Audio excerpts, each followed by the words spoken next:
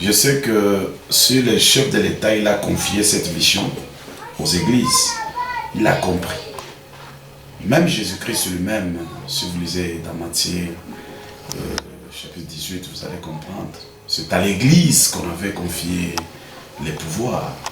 C'est là où la Bible dit, ce que vous lierez sur la terre sera lié dans les ciels, et ce que vous délierez sur la terre sera délié dans les ciels. Cela veut dire, sans l'intervention de Dieu, rien ne peut marcher. Comme Jésus-Christ avait dit, sans moi vous ne pouvez rien faire.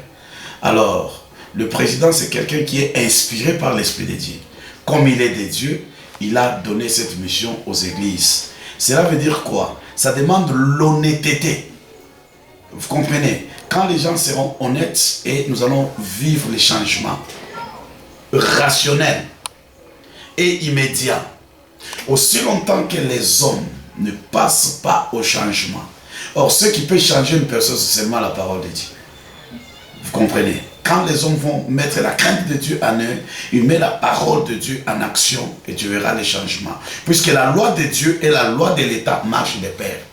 Vous comprenez? C'est pour cela qu'il a voulu plus initier l'Église et les hommes de Dieu de prendre cette charge-là. Alors je bénis vraiment le président Félix Tshisekedi, que Dieu lui bénisse puisqu'il est de Dieu. Mais ce qui peut le transformer, il n'y a rien que la parole de Dieu. Si la parole elle est bien prêchée, et la parole de Dieu c'est une puissance, et la parole de Dieu c'est un marteau, et quand on la donne avec vérité, et que ceux qui l'écoutent et le reçoivent, peuple de Dieu, il va toujours changer. La parole de Dieu transforme la personne, quelle que soit sa catégorie. Souviens-toi même de Paul. Paul qui était un bandit, un meurtrier, qui tuait les chrétiens.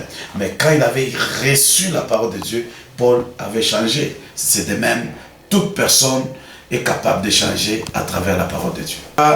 Que nous soyons tous unis, sans tendance tribal, sans le sentiment, mais soutenez l'idée et l'initiative, elle est bonne puisqu'elle est de Dieu.